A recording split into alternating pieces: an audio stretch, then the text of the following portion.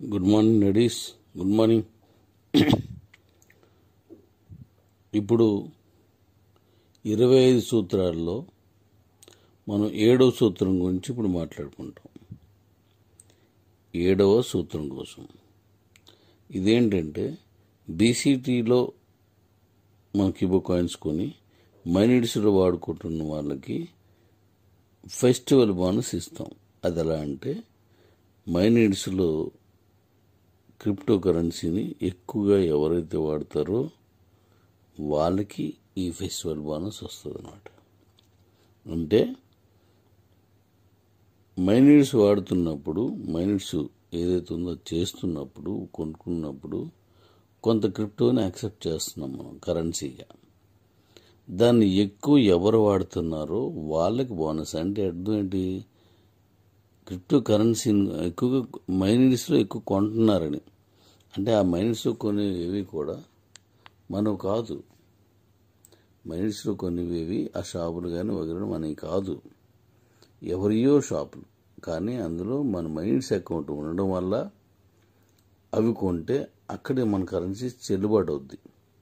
ఇలాగ కొనుక్కున్న వాళ్ళకి తక్కువగా, మైనిడ్స్ కొన్న వాళ్ళకి తక్కువ, ఎక్కువగా మైనిడ్స్ కొనుక్కున్న వాళ్ళకి ఎక్కువ ఈ ఫెస్టివల్ బోనస్, మైనిడ్స్ ఫెస్టివల్ బోనస్ అనేది ఇవ్వడం జరుగుతుంది అన్నమాట. ఈ ఫెస్టివల్ బోనస్ కొన్న అంటే 8వ నిబంధన, 8వ సూత్రం అన్నమాట. ఈ ఫెస్టివల్ బోనస్ని ఎలా అంటే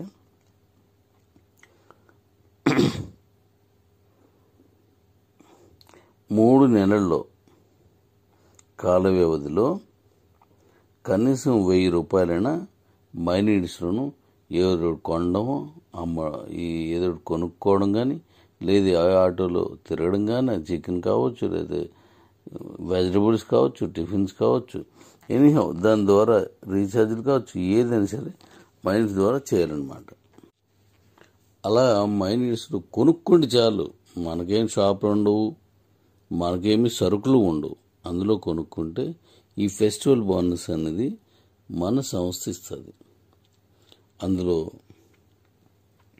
కనీసం 1000 రూపాయలు, 3 నెలల్లో 1000 రూపాయలు కొనుక్కుండాల బోనస్ వస్తుంది. అలాగే 5000 కొంటే ఇంకా ఎక్కువ, 3 నెలలకి 10,000 కొంటే ఇంకా ఎక్కువ, 3 నెలలకి 25,000 కొంటే ఇంకా ఎక్కువ, 50,000 కొంటే ఇంకా ఎక్కువ, 1,00,000 కొంటే ఇంకా ఎక్కువ. అంటే ఎంత ఎక్కువ పర్చేజ్ చేస్తే అంత ఎక్కువ మైనిడ్స్ ఫెస్టివల్ బోనస్ వస్తుంది అనమాట.